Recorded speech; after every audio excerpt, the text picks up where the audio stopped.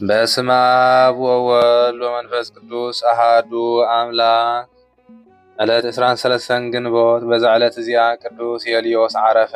እዚ ቅዱስ እዚ ትውልዱ ካብ ቤተ ገብርኤል ካብ ደቂ እስራኤል ካብ ነገድ ይሁዳ እዩ። ምስጋና ንዑ ይኹን ጎይታና ሓረዮ። ንሱ ቁፅሩ ካብቶም 72 አርድእቲ እዩ። ምስ ሐዋርያት ጸጋ መንፈስ ቅዱስ ጰራቅሊጦስ ተቀበለ። ምስኦም ከዓ ሰበኸ። ዓብይ ሽግር ከዓ በጽሖ። ብድሕሪዚ ሐዋርያት ኣብ ልዕሊኡ ኣእዳዎም ኣንቢሮም ኤጲስቆጶስ ሸምዎ። ክሰብኽ ከዓ ለኣኾ። ኣብ ብዙሓት ዓድታት ከዓ ሰበኸ። ብድሕሪዚ ከምቲ ኣብቲ ማሊ ዝተዘከረ ምስ እንድራኒቆስ ሐዋርያ ሰበኸ። እንድራኒቆስ ምስ ዓረፈ ዮልዮስ ገኒዙ ቀበሮ። ንእግዚአብሔር ከዓ ካብኡ ከይፈልዮ ለመኖ። ንጽባሒቱ ድማ እዚ ቅዱስ ዮልዮስ ዓረፈ። እንሆ ሐዋርያ ጳውሎስ ድማ ኣብ ናይ ሮማ መወዳእታ መልእኽቱ ዘከሮም ከምዚ እናበለ እንድራኒቆንን ንልዮንን አዝማደይ ሰላም በሉለይ ይብል። በረኸቶ ምሳና ይኹን ንዘለዓለም ዓለም አሜን።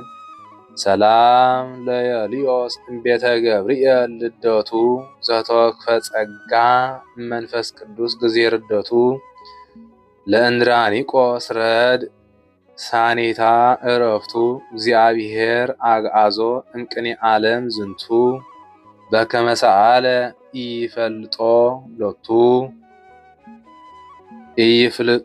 ሎቱ። በዛ ዕለት እዚኣ ንኣባ አንስያ ሰማዕት አፍሮዲጡ ከሓደ ካብ 72 አርድእቲ ዮልያ ሰማዕት ታድሮስ ጳጳስ ቅዱስ ዮልያኖስን ኣዲኡ ናይ ሃገር እስክንድርያ ሰማዕታት መዘከርቶም እያ። ከምኡውን መዘከርታ ማህበር ኤስድሮስ ምስ ሰበይቱ ወዲ 2 ኣዋርሕ ወዳ ኣነ ምስ ኣደይ ክርስቲያን እየ ኢሉ ዝተዛረበ ዲቅልጥያኖስ ከዓ ዘቐተሎም እዩ።